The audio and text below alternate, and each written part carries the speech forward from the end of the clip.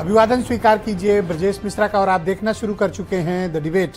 बहनों भाइयों, इस देश में जाति एक कड़वी सच्चाई है। इस देश की राजनीति जाति के आधार पर चलती है और जातियां ही यहाँ पर बहुत चीज़ें तय करती हैं।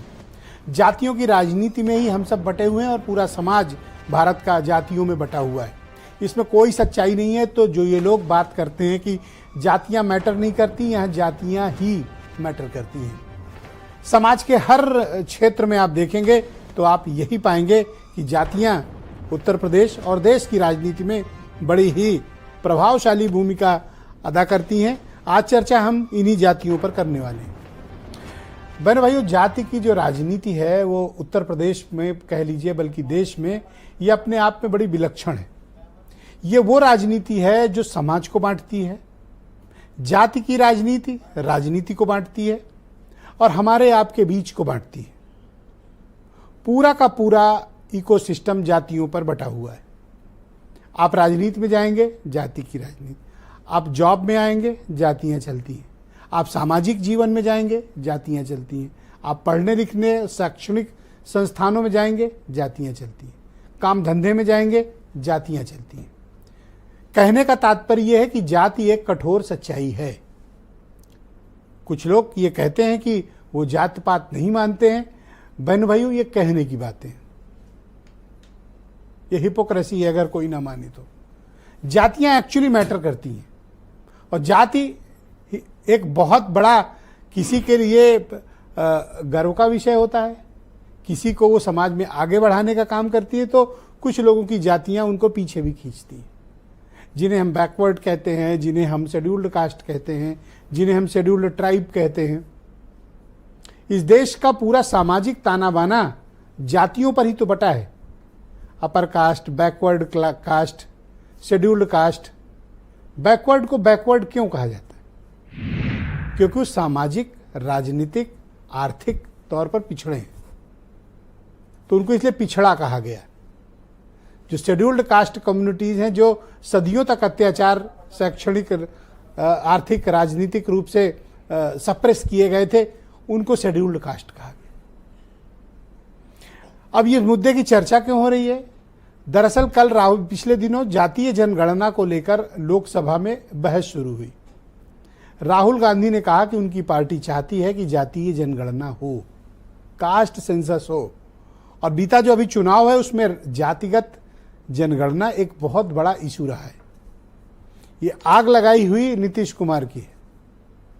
उन्होंने बिहार में जातिगत जनगणना करा के एक पिटारा खोल दिया। तो अब ये मुद्दा एक बहुत वृहद रूप ले चुका है।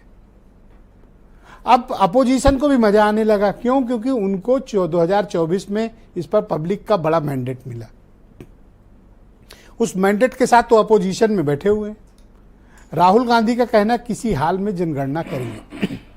जब ये सब चल ही रहा था तो बीजेपी की तरफ से फॉर्मर कैबिनेट मिनिस्टर और हमीरपुर हिमाचल प्रदेश के मेंबर ऑफ पार्लियामेंट हैं अनुराग ठाकुर, उन्होंने कहा जो जातिगत जनगणना की मांग कर रहे हैं उनको वो अपनी जाति नहीं बताते हैं। एक्चुअली वो राहुल गांधी से उनकी जाति पूछना चाहते थे, मतलब ये था। अब इसके बाद लोकसभा में बहुत हंगामा हुआ, बड़ा शोर शराबा हुआ। राहुल ने आरोप लगाया कि अनुराग ठाकुर ने उन्हें गाली दी। अब बारी आती है अखिलेश यादव के बोलने की। वो इमीडिएट राहुल गांधी के रेस्क्यू में आते हैं और राहुल गांधी के लिए उन्होंने अनुराग ठाकुर से पंगा लिया और कहा कि जाति पूछने की हिम्मत कैसे हुई, कैसे जाति पूछी गई पार्लियामेंट के भीतर, ये होना ही नहीं चाहिए। और अखिलेश यादव ने बड़ा एग्रेशन दिखाया।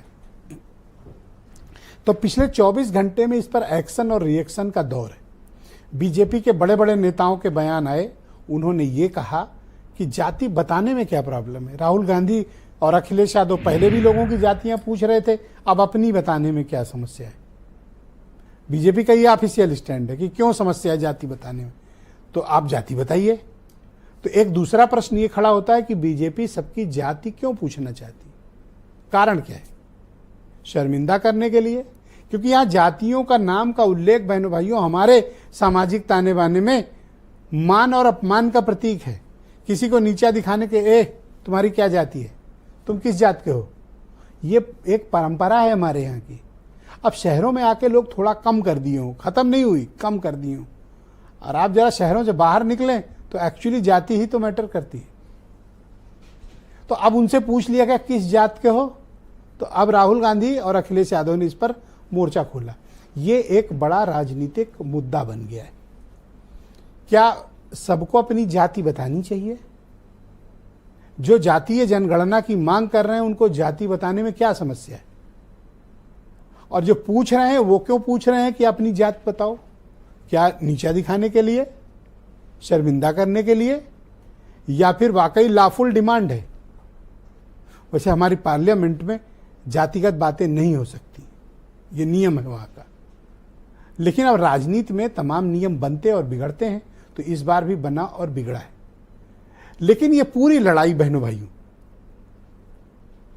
भारतीय जनता पार्टी इन सब चीज़ों से और अपोजिशन दोनों को तरफ आप देखें तो ऐसा प्रतीत होता है कि पिछड़ा दलित बनाम अगड़े की लड़ाई में ये पूरा राजनीतिक मामला तब्दील हो रहा है। तो क्या जो हिंदू मुसलमान वाला मसला था वो खत्म हो गया है? अब पिछड़ा दलित वर्सेज अपर कास्ट हो गया है। पिछड़े और दलितों की लड़ाई लड़ते दिख रहे हैं अखिलेश यादव और राहुल गांधी, और इन पर उंगली उठाते दिख रही है बीजेपी। मैसेज तो यही जा रहा है। अब आज के आप ये पिछले 24 घंटे के कुछ स्टेटमेंट सुन लें, फिर आज की डिबेट आगे बढ़ेगी। ओबीसी की बात, जनगणना की बात बहुत की जाती है। माननीय सभापति जी, जिसकी जात का पता नहीं वो गणना की बात करता है। जो भी इस देश में दलितों की, आदिवासियों की, पिछड़ों की बात उठाता है, जो भी उनके लिए लड़ता है, उसको गाली खाना ही पड़ता है। और मैं ये सब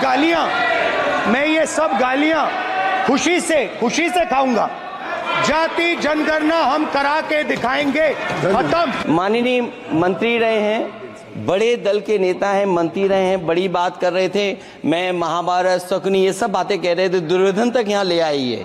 वे केवल सभापति महोदय, इनसे ये पूछना चाहता हूं, आपने जाति कैसे पूछ ली है बताइए बस। आप जाति कैसे पूछ सकते हैं? आप बताएं, जाति कैसे पूछ सकते हैं आप? तो बहनों भाइयों, इस एग्रेशन को भी आपने देखा, तो यह मामला सिर्फ यहीं तक नहीं थमेगा। ये आने वाले वक्त में एक बड़ा राजनीतिक और सामाजिक मुद्दा बनने जा रहा है। मेरे साथ आज की परिचर्चा में राजेश चौधरी मौजूद हैं, सुनील साजन समाजवादी पार्टी से हैं, अंशु अवस्थी कांग्रेस से हैं, सुशील दुबे जाने माने पत्रकार हैं मेरे साथ मौजूद हैं, अरुण राजभर SBSP के जनरल सेक्रेटरी और प्रवक्ता हैं, और डॉक्टर कालीचरण स्नेही जी हैं, दलित समाज के जाने माने चिंतक हैं, और वीरेंद्र जी हमारे स्टेट हेड। आप सभी का स्वागत और धन्यवाद। राजेश चौधरी जी, मैं जानना चाहता